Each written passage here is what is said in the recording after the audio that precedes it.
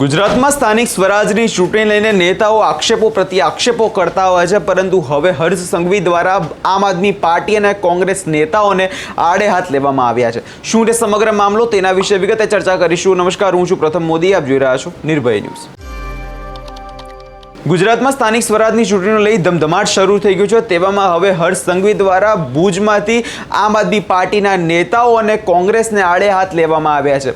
વધુમાં જો વાત કરવામાં આવે તો જે રીતે 700થી વધુ સીટો જે છે તે બિનહરીફ થઈ ગઈ છે, જેમાં હર્ષ સંઘવી દ્વારા એવું કહેવામાં આવ્યું છે કે તેમના ઉમેદવારોને, આમ આદમી પાર્ટીના ઉમેદવારો અને કોંગ્રેસના ઉમેદવારોનો પોતાની પાર્ટીના વિકાસ પર ભરોસો નથી કે આ લોકો સત્તામાં આવીને કયા પ્રકારનો વિકાસ કરશે, તેના કારણે તેઓ પહેલેથી જ હાર માની લીધી છે। વધુમાં તેમણે શું કહ્યું છે તે સાંભળી લઈએ।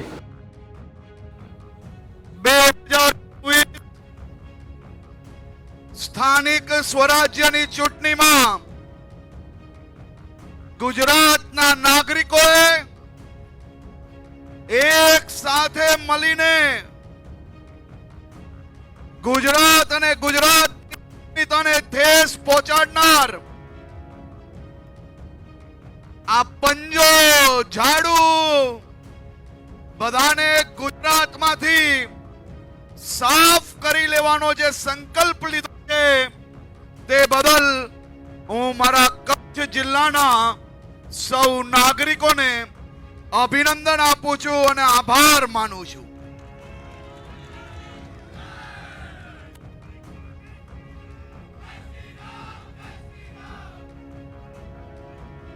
ભુજ નગરના સૌ નાગરિકોનો હું ખૂબ ખૂબ આભારી છું। સલંગ 2 કલાકથી આખો રસ્તો ભારતીય જનતા પાર્ટીને આશીર્વાદ આપતો જનસંઘ એ આજે કચ્છમાં સૌને નજરે પડ્યો છે, તે બદલ બી હું આપ સૌ લોકોને ખૂબ ખૂબ અભિનંદન આપું છું।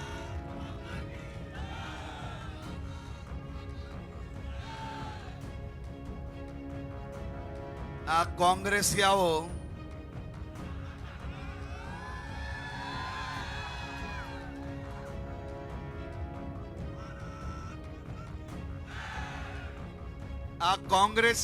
આપ્યા પાપ્યા ને તાપ્યા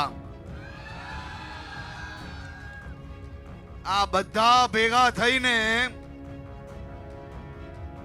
બીજા કોઈ બી રાજ્યની ચૂંટણી આવે એટલે ગુજરાતને ગાલો આપવાનું જાણે કે એમની ફેશન પડી ગઈ છે, પણ ગુજરાતના નાગરિકો બી આપણા હિસાબ તો બરાબર કરી જ લે ભાઈ। આ આખા ગુજરાતમાં 720 થી વધારે બેઠકો પર આ પંજો ઝાડુ બીજા આજુ બાજુ ઉપર નીચે આ બધી ટોલકીઓને ગુજરાતના ખૂણે ખૂણે નાગરિકોએ ગલીઓમાં, ગામડાઓમાં, શહેરમાં ઘૂસતા બંધ કર્યા, તો 720 થી વધારે હોશિયાર ઉમેદવારો એ વિસ્તારમાંથી કોંગ્રેસને અને આપિયાઓને 2 હાથ જોડીને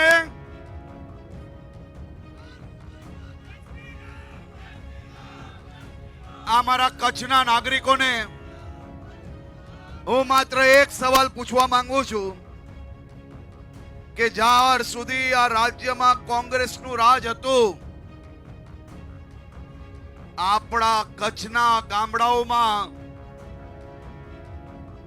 ક્યારેય પાણી પહોંચ્યું હતું? આપના કચ્છના ગામડાઓમાં વીજળી પહોંચી હતી? આપના કચ્છના ગામડાઓને શહેરો જોડે જોડતો રસ્તો ક્યારે આ કોંગ્રેસિયાઓએ બનાવ્યો હતો? જો વીજળી, પાણી, રસ્તો એ આઝાદીના વર્ષ સુધી આ રાજ્યમાં, દેશમાં સરકાર રહી, જો આ ના બનાવ્યા તો બીજું તો શું આ લોકો આપણા માટે કરી શકશે, મને કહો।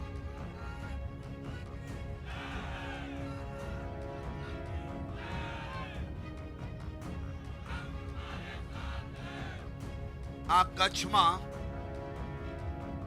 ભારત પાકિસ્તાનની સીમાઓના ગામડાઓથી લઈને મુન્દ્રા હોય, ભુજ હોય કે ગાંધીધામ હોય, અહીંયા બેઠેલા અને હજારોની સંખ્યામાં ચારેય દિશામાં જે મારા યુવાન સાથીઓ અહીંયા જોડાયા છે, તમારા સૌના હિતમાં રાજ્ય સરકારે જે જગ્યાઓ રક્ષિત રાખી હતી એ જગ્યાઓ પર મોટા મોટા મહેલો, ધાર્મિક સ્થાનો, કોઈક જગ્યા પર મજારો, તો કોઈક જગ્યા પર મસ્જિદો, તો કોઈક જગ્યા પર કોઈ વેપાર, તો કોઈક જગ્યા પર મોટા મોટા મહેલો બનાવી લીધા હતા. આ બધા ઉપર ભૂપેન્દ્રભાઈ પટેલનો બુલડોઝર ફેરવીને તમારા સૌની જે હિતની રક્ષિત રાખેલી જગ્યા હતી એ આવનારા દિવસોમાં તમને અલગ અલગ યોજના થકી તમારા ઉપયોગમાં આવનારા દિવસોમાં જગ્યાઓ આવશે.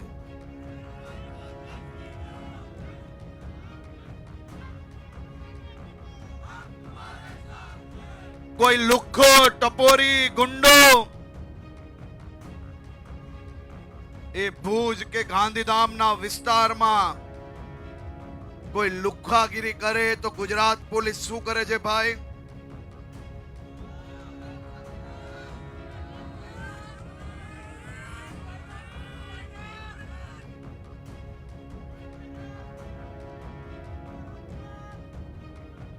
કરવું પડે કે નહીં ભાઈ? આ લુખ્ખા ટપોરીઓને આ જ ભાષામાં સમજાવવા પડે કે નહીં? આ વર્ષે નવરાત્રી કેટલા વાગ્યા સુધી રમી? જો ભૂલ ચૂકમાં એક વોર્ડમાં કે જિલ્લા પંચાયતમાં આ ભૂલથી બી એક કોંગ્રેસીઓ જીતી ગયો ને, તો એ વોર્ડમાં આખી રાત નવરાત્રી રમાડવાની મુશ્કેલ પડશે. કારણ કે એ ત્યાં આવીને મદદ કરવાની બદલે વાંધા ઉભા કરવા સિવાય કોઈ કામ નહીં કરે. એટલે ક્યાંય બી એકાદ મત બી આપણે ચૂકવાનો નથી. જો ભૂલ ચૂકમાં કોંગ્રેસીઓ આવ્યા અહીંયા, એ તમારા તહેવાર બગાડવા આવશે, રોકવા આવશે ને મારે છે ગાંધીનગરથી અહીંયા એને ઠોકવા આવવું પડશે. એટલે આપણે બધા જ લોકો એક સાથે પોતાના વિસ્તારમાં, આ વિસ્તારના હિતમાં, આ જિલ્લાના હિતમાં, આપણા રાજ્યના હિતમાં, આપણી સૌની ભારતીય જનતા પાર્ટીનું કમલ ખીલાવીને દરેક ગામોમાં વિકાસની ગતિને હજી વધુ ઝડપથી પહોંચાડી શકીએ તે માટે આશીર્વાદ લેવા તમારી પાસે આવ્યો હતો. બધા તૈયાર છો? પાક્કું તૈયાર છો? તો એક સાથે હાથ ઊંચા કરીને કહો તૈયાર છો? પાક્કે પાક્કો હિસાબ કરવા તૈયાર છો?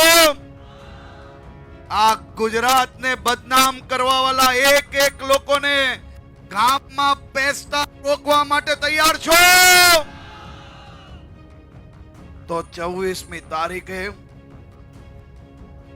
ગામે ગામ ને પોલે પોલ કમલ કમલ કમલ, અને 28મી તારીખે કચ્છના ઇતિહાસનું સૌથી મોટું પરિણામ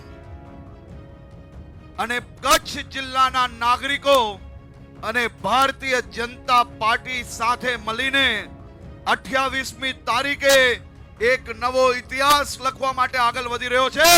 આપ સૌ લોકોને ખૂબ ખૂબ અભિનંદન, ખૂબ ખૂબ આભાર.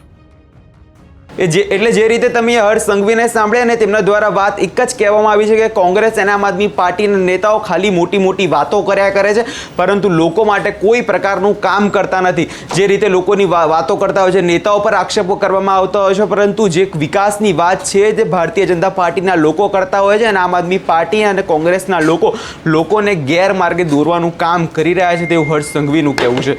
વધુમાં આ વિષય લઈને આપનો શું અભિપ્રાય છે અમને કમેન્ટ કરી ચોક્કસથી જણાવજો. અને અમારી ચેનલ નિર્ભય ન્યૂઝને લાઇક, શેર અને સબસ્ક્રાઇબ કરવાનું ભૂલશો નહીં.